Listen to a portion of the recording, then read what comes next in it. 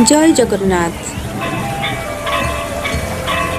थरे कार्तिक मासरे तिरुपति बालाजी मंदिर रे संध्या आरती समय रे भक्तगण भगवान को दीपदान कर सारी निज निज घर को चलीगले। पूजारी मध्य भगवान शयन आरती कर सारी गर्भगृह बंद करी सेठारु प्रस्थान कले। किंतु गोटे बड़ दीपटीए सेही गर्भगृह भितर ही भगवान प्रतिमा निकट में जलुए। एतिकी बेले सेठारे मूषाटीए केउठु बाहरी आसी निज खाद्य संग्रह उद्देश्य रे याडे सियाडे बुलिबाकु लागिला। हठात तार नजर पड़िला सेही जलुथिबा घिओ दीपटी उपरे। तेणु से घिओ खाइबा उद्देश्य रे सेही दीप निकटकु गला। वास्तव रे दीपटीर घिओ बळी ताकु तेजिबा पई पाखरे केही नथिबा कारणरू खूब अल्प समय भितर ही दीपटी लिभि जाइथांता। एबे ही मूषाटी घिओ खाइबा उद्देश्य रे ता मुह को दीप भितर को बढ़ाइबा क्षणी घिओ बलिताटी एपट सेपट होई खूब जोर जोर रे दीपटी जलिबाकु लागिला, जहाद्वारा कि मूषाटीर मुह जलिगला एवं देखु देखु तार शरीर मध्य जलिगला। अंततः मूषाटीर मृत्यु घटिला। तार मृत्यु घटिबा क्षणी तुरंत खूब भयंकर देखा जाउथिबा तीनोटी जमदूत आसी सेठारे उपस्थित हेले मूषार आत्मा को जमपुर नहीं जिबा पई। ठीक एतिकी बेले अत्यंत सुंदर शोभनीय देखा जाउथिबा 4 जण विष्णुदूत आसी सेठारे उपस्थित हेले मूषार आत्मा को निज सांगरे वैकुंठ नहीं जिबा पई। एबे जमदूत माने विष्णुदूतों को देखि आश्चर्य होई भाबुचंती एमाने एही समय रे ठीक कोन पई आसिले। एही मूषा तो अजामिल भली मृत्यु समय रे भगवान श्री हरिଙ୍କ नाम मुखरे धारण करि नथिला, तेबे एमाने ठीक एही समय रे कोन पई आसिले। एबे विष्णुदूत एवं जमदूतों भितर खूब जुक्ति तर्क हैला किए मूषा को सांगरे नहीं जीव। ए सब घटना घटुथाए ठीक भगवान श्री विष्णुଙ୍କ सामनारे अर्थात श्री बालाजी विग्रह सामनारे।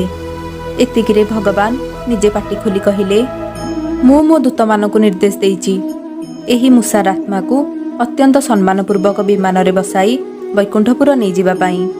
एबे भगवान ठारू एपरि शुणी जमदूत माने आश्चर्य होई प्रश्न कले, हेले प्रभु वैकुंठपुर कौन पाई? एही मूषा तो जमपुर जीवा उचित दंड भोगिबा पाई, कारण आपण को अर्पित करा जाइथिबा दीपटीरु घिअतक पी दे दीपटी को लिभाई देबाको बसिथिला। तेणु तारे जघन्य कर्म पाई ताको जमपुर रे घोर दंड मिलिबा उचित। एहा सुनी पुणी भगवान कहिले, हाँ ठीक, किंतु दीपटी आउ खूब कम समय भितर लिभि जाइथांता। एही मूषाटी ता मुख माध्यम रे बलिताटी को ऊपर को उठाई दीपटी को जलाइबारे साहाय्य करिछि। तेणु तार ए भल कार्य पाई मु ताकु दंड किपरि बा देई पारिबी। पुणी एहा कार्तिक मास अटे। कार्तिक मासरे मते जे दीपटी अर्पण करे मु ताकु एहार अनंत कोटि फल प्रदान करिथाए।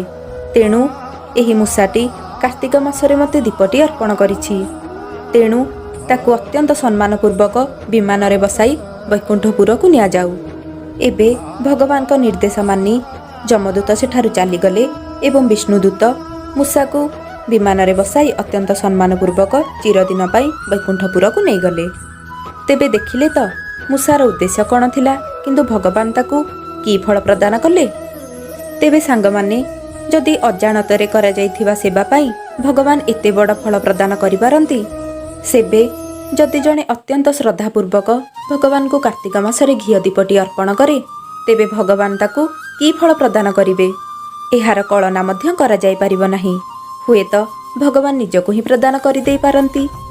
एहा थिला कार्तिक मासरे भगवान श्रीहरिंकर सेवा भक्ति करिबा किंबा भगवान को दीपटी अर्पण करिवार असीम महिमा।